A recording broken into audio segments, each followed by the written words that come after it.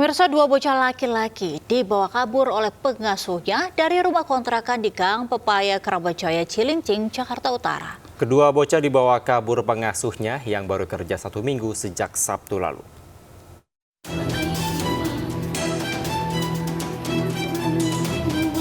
Mahmuda hanya bisa menangis meratapi dua anak laki-lakinya yang hilang karena dibawa kabur pengasuhnya. Anak laki-lakinya berusia 6 tahun dan 3 tahun dibawa kabur pengasuhnya dari rumah kontrakan di Gang Pepaya, Keramat Jaya, Cilincing, Jakarta Utara sejak Sabtu lalu. Mahmuda bercerita pelaku Nuraini baru bekerja 1 minggu mengasuh kedua anaknya.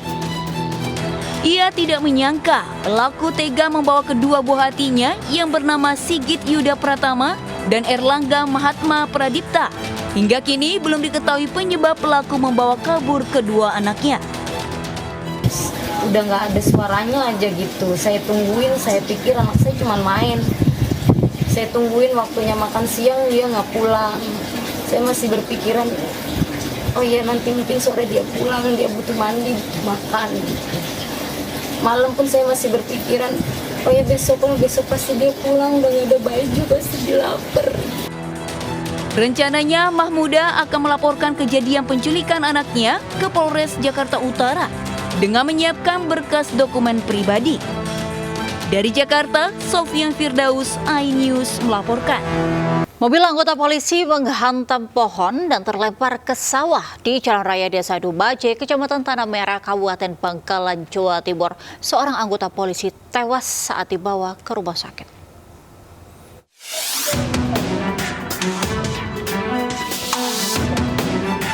Mobil yang dikendarai Bribtu FN, anggota unit Opsnal Satreskrim Polres Sampang ini terlempar ke sawah di jalan yang dalam kondisi rusak di Desa Dumaje, Kecamatan Tanah Merah, Kabupaten Bangkalan, Jawa Timur.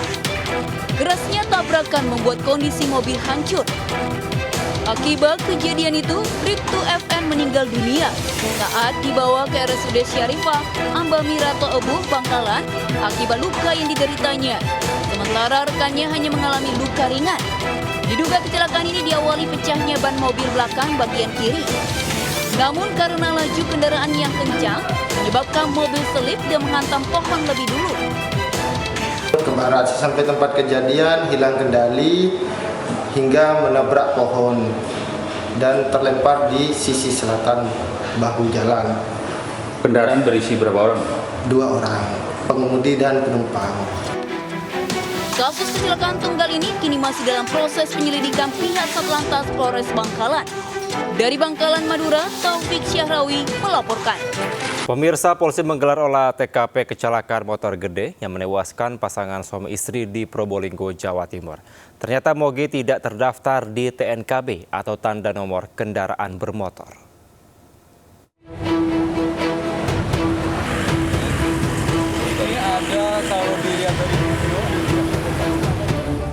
Dirlantas Polda Jatim bersama Satlantas Polres Probolinggo Kota menggelar olah TKP di tempat kejadian kecelakaan motor gede atau moge di jalur Pantura, tepatnya Desa Banjarsari, Sumberasih, Kabupaten Probolinggo, Senin siang. Hasil olah tempat kejadian perkara diketahui moge melaju dalam kecepatan tinggi. Sementara hasil pengecekan nomor plat kendaraan diketahui moge tersebut tidak terdaftar di TNKB atau tanda nomor kendaraan bermotor. Begitupun nomor rangka dan nomor mesin juga tidak terdaftar di RI atau residen. Ya, kalau kita lihat tadi di TKP, key point atau titik tabrak berada di jalur kendaraan yang dari arah barat ke timur.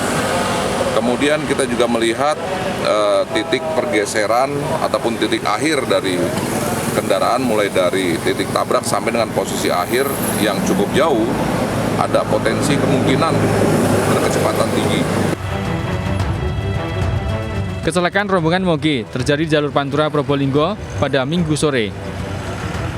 Akibat kecelakaan ini, pengendara moge pasangan suami istri Abdul Aziz dan Erisa Kartika, warga Surabaya, tewas seketika di lokasi kejadian. Kecelakaan terjadi saat rombongan moge melintas dari arah Bali menuju Surabaya. Di lokasi kejadian, rombongan dikagetkan adanya sepeda motor yang menyeberang. Naas, korban yang menghindar ke jalur kanan bertabrakan dengan minibus.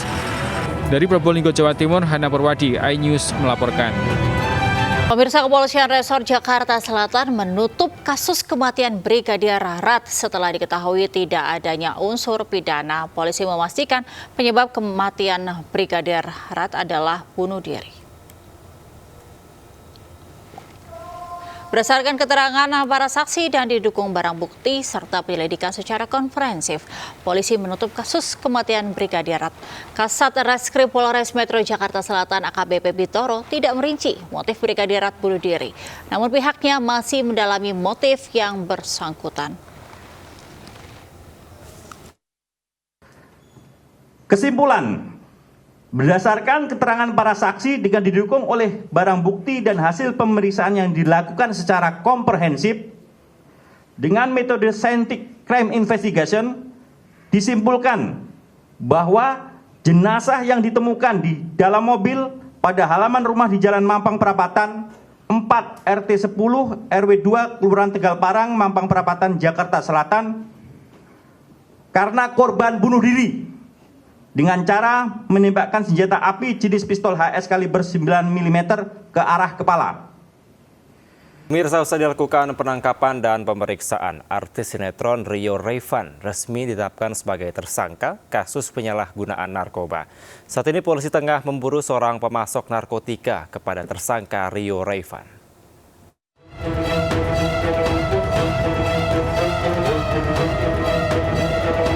Satuan Reserse Narkoba Polres Metro Jakarta Barat menggelandang artis sinetron Rio Rayvan ke ruang Bidokes Polres Jakarta Barat untuk menjalani pemeriksaan kesehatan. Kasat Narkoba Polres Metro Jakarta Barat AKBP Panji Yoga mengatakan, artis Rio Rayvan telah resmi ditetapkan sebagai tersangka atas kepemilikan dan terbukti menyalahgunakan narkoba. Petugas masih memburu rekan Rio berinisial B yang diduga menyuplai narkoba ke artis sinetron tukang bubur naik haji ini. Karena tersangka ini sudah berulang kali melakukan tindak pidana yang sama, maka kami dari kepolisian adalah tetap melakukan proses penyidikan. Nanti hasil putusan bahwa tersangka itu nanti dipidana penjara ataupun hasil rehabilitasi itu kami serahkan kepada pengadilan. Usai menjalani pemeriksaan kesehatan, Rio Rayvan kembali digelandang ke Polres Jakarta Barat untuk dilakukan penahanan. Rio ditangkap polisi Sabtu malam di kediamannya kawasan Jatinegara, Jakarta Timur. Dari penangkapan tersebut, polisi mengamankan barang bukti narkotika jenis sabu, ekstasi, dan obat-obatan terlarang lainnya. Dari Jakarta, Miftahul Gani, iNews melaporkan. Direktorat Reserse Narkoba Polda Kepri berhasil menggagalkan penyelundupan 29 kg narkoba jenis sabu kristal dan 13,5 liter sabu cair melalui jalur laut dari Malaysia ke Batam. Jaringan sabu internasional dikendalikan warga Malaysia.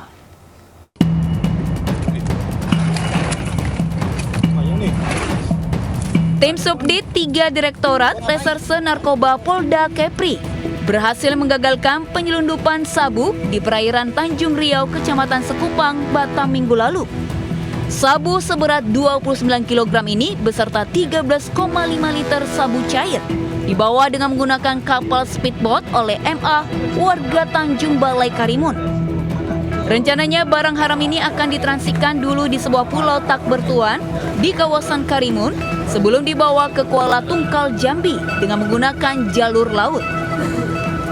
Untuk meloloskan sabu dari Malaysia ke Karimun, pelaku MA dijanjikan upah 10 juta rupiah per kilogramnya. Ironisnya, pelaku baru menerima upah 3 juta saja karena keburu tertangkap polisi. Pengiriman sabu cair dari luar negeri terbilang modus baru, karena jika tidak teliti, maka petugas akan terkecoh. Sabu kristal maupun sabu cair akan dibawa ke beberapa wilayah seperti Palembang dan Tangerang. Untuk 1 liter sabu cair jika diproduksi akan menghasilkan 2,5 kg sabu kristal. Bentuk cair ini akan diproduksi kembali di tempat tujuan dengan kapasitas 1 liter benda yang cair ini tadi akan bisa menghasilkan 2,5 kg sabu kering. Artinya di sini barang-barang ini yang akan dikeluarkan ini dengan tujuan daerah-daerah tertentu berarti sudah ada di situ laboratoriumnya ataupun tempat pengolahan daripada benda cair ini. Selain mengamankan 29 kg sabu kristal dan sabu cair, Dit Narkoba Polda Kepri juga mengamankan 120 butir pil ekstasi dan 5 kg sabu di Bandara Hang Nadim, Batam. Sejak 3 bulan terakhir, Polda Kepri sudah berhasil menggagalkan ratusan kilogram peredaran gelap narkoba, baik yang akan diedarkan di wilayah Kepri maupun dibawa keluar Kepri. Dari Batam, Kepulauan Riau, Gusti Yenosa, iNews melaporkan. Dijadikan tempat operator judi online, 3 rumah mewah di Teluk Naga, Tangerang, Banten digerebek polisi.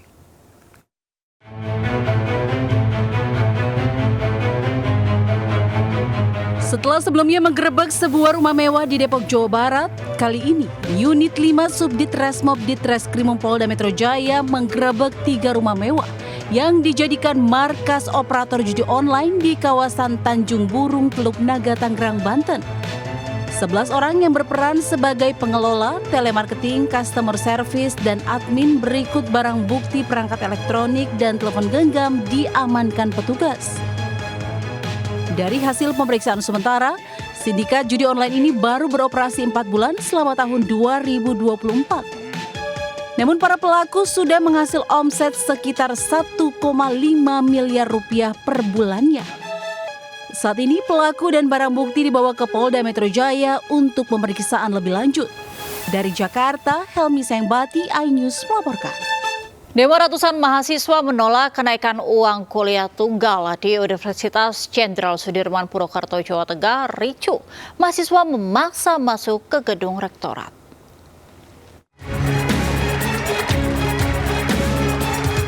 Kericuhan terjadi saat ratusan mahasiswa Unsud berdemo menolak kenaikan UKT.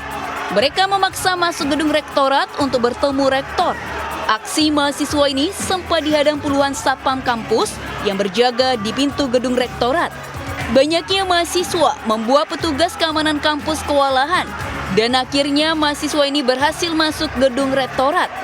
Sementara dorongan massa membuat sejumlah kaca gedung rektorat pecah. Mahasiswa yang mencoba menemui rektor Unsud harus kecewa karena rektor sedang berada di luar kota. Mahasiswa pun akhirnya menduduki gedung rektorat sambil terus berorasi di dalam gedung. Aksi demo ratusan mahasiswa merupakan aksi kedua kali menolak kenaikan UKT tahun 2024 untuk mahasiswa baru. Pasalnya, kenaikan UKT ini dinilai terlalu tinggi. Bahkan kenaikan UKT ini mencapai 5 kali lipat dari UKT tahun 2023 lalu. Aksi demo juga diikuti mahasiswa baru Unsud dari jalur SNBP yang mengeluhkan tingginya biaya UKT. Padahal kedua orang tuanya hanya seorang buruh dengan penghasilan 1,5 juta rupiah per bulan. Gak nemuin kita, rektor gak tahu di mana, rektor keluar. Gak tuntutannya apa itu? Kita jelas turunkan rektor. Itu ketika kita turunkan rektor. Itu aja. Untuk pada saat ini kita menduduki rektorat. Kita bisa menduduki, kita masuk dalam rektorat, semua masuk dalam rektorat. Belum ada. Dari hal itu, Pak Rektor hari ini ke Jakarta dalam rangka untuk membahas atau mengkonsultasikan apakah pembahasan di pimpinan ini bisa disetujui atau tidak. Jadi semua keputusan ada di kementerian, tidak kita ini kan unsur masih BLU sehingga semua keputusan harus di bawah kementerian. Sementara itu, pihak Rektorat Unsud beralasan jika kenaikan UKT 2024 ini didasarkan atas berbagai pertimbangan. Di antaranya biaya UKT yang berlaku selama ini ditetapkan sejak tahun 2012, belum pernah mengalami penyesuaian. Dan besarnya UKT ditentukan oleh Kementerian Pendidikan. Dari Banyumas, Jawa Tengah, Saladin Ayubi, iNews melaporkan. Pemirsa, seorang petani tertimbun longsor di Kampung Cimanggung, Desa Campa Mekar, Padalarang, Kabupaten Bandung Barat.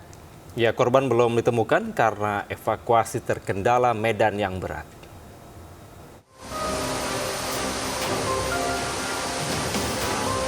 Seorang petani bernama Oman berusia 68 tahun tertimbun longsor di Kampung Cimanggu, Desa Cempaka Mekar, Kecamatan Padalarang, Kabupaten Bandung Barat, Jawa Barat. Proses pencarian yang dilakukan petugas SAR gabungan belum membuahkan hasil, dikarenakan terkendala medan yang ekstrim dan cuaca buruk. Tim SAR harus menunggu alat berat agar bisa melanjutkan pencarian. Sebelumnya, hujan deras yang mengguyur kawasan Kabupaten Bandung Barat menyebabkan tebing setinggi 50 meter longsor. Saat kejadian, korban tengah memanen hasil bumi dan langsung tertimpa longsoran karena tidak sempat melarikan diri.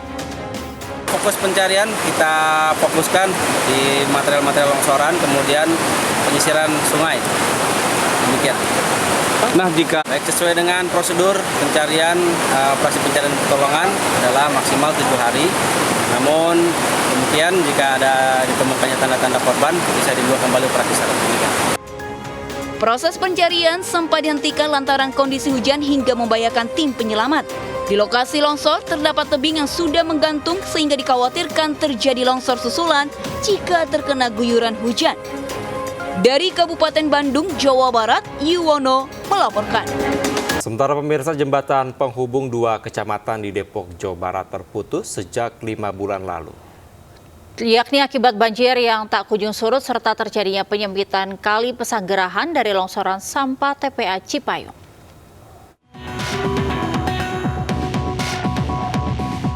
Sejak 5 bulan lalu, warga yang tinggal di Kelurahan Kampung Bulak, Kecamatan Cipayung, dan warga Kelurahan Pasir Putih, Kecamatan Sawangan, Depok, Jawa Barat, tidak bisa melintas di kawasan ini. Penyebabnya jembatan penghubung 2 kecamatan yang menjadi akses penghubung putus terendam banjir, di mana ketinggian banjir mencapai 1,5 meter. Meski terlihat ada alat berat di kawasan tersebut, namun tidak beroperasi untuk mengatasi banjir. Banjir di kawasan ini disebabkan menumpuknya sampah dan terjadinya penyempitan kali Pesanggerahan akibat longsoran sampah dari TPA Cipayung yang berada tidak jauh dari lokasi.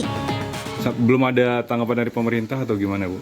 Ya udah ya, dengerin begini-gini aja ya, berarti belum ya. Ya tahu dah, apalagi diurus apa gimana saya nggak tahu kan, Bang.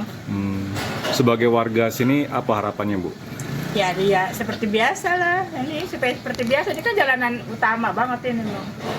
Mau ke Serong, mau ke Depok, mau kemana, paling dekat jalan sini. Terus ini kemana nih, muter kalau mau nyebrang? Jauh. Oh, jauh muternya?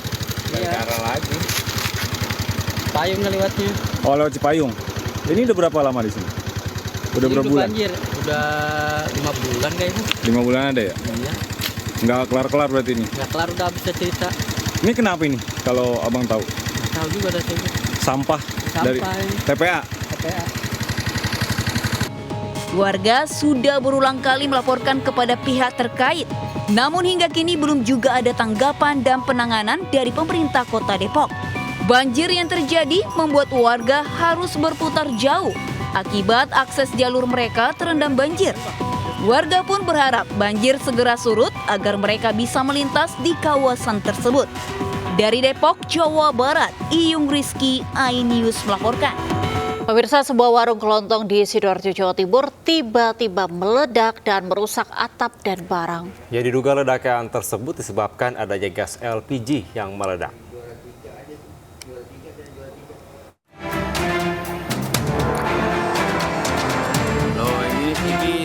Sebuah warung kelontong di Desa Dungos, Kecamatan Sukodono, Sidoarjo, Jawa Timur tiba-tiba meledak. Kondisi warung milik Arif, warga Madura ini mengalami rusak parah. Atap rumah ambruk dan barang dagangan juga nampak berserakan. Diduga ledakan tersebut akibat adanya tabung gas LPG yang ada di dalam warung meledak. Sebelumnya tercium bau gas yang berasal dari dalam warung. Namun warga tidak bisa berbuat apa-apa lantaran warung kosong ditinggal pulang kampung penghuninya. Amankan membereskan yang ada barang-barang ya. Karena tadi kan berserakan. Namanya orang kena musibah. Ya. Itu enggak ada berarti orangnya di dalam itu, Pak? Habis lebaran kemarin tuh pulang. Pihak petugas dari Polsek Sukodono yang mendapat laporan langsung mendatangi TKP dan melakukan olah TKP. Hingga kini kasus adanya ledakan masih dalam penyelidikan polisi. Dari Sidoarjo, Jawa Timur, Yoyok Agusta, iNews melaporkan. Pemirsa, Gunung Merapi di Agam, Sumatera Barat kembali erupsi. Ya, kali ini letusan Merapi disertai lava pijar besar dan mengeluarkan suara dentuman keras yang terdengar hingga radius 25 km dari puncak gunung.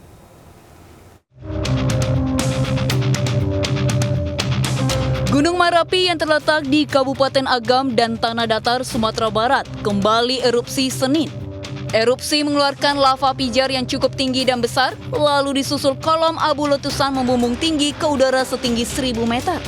Letusan Merapi juga mengeluarkan suara dentuman yang cukup keras hingga terdengar di pinggiran Danau Maninjau yang berjarak 25 km dari Gunung Merapi.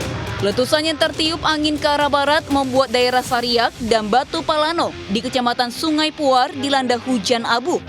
Petugas mengimbau warga yang daerahnya terdampak hujan abu agar menggunakan masker untuk menghindari dampak paparan abu vulkanis. Tinggi kolom 1000 meter dari puncak dan untuk arah angin ke arah barat.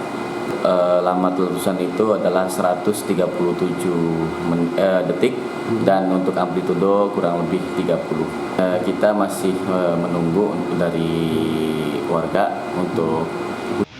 Gunung Merapi berketinggian 2.891 meter di atas permukaan laut. Saat ini berstatus siaga atau berada pada level 3. Warga yang berada dalam radius 4,5 km dari pusat erupsi di Kawah Verbek di puncak gunung telah dievakuasi dan diungsikan ke tempat aman. Dari Bukit Tinggi dan Agam, Sumatera Barat, Wahyu Sikumbang melaporkan.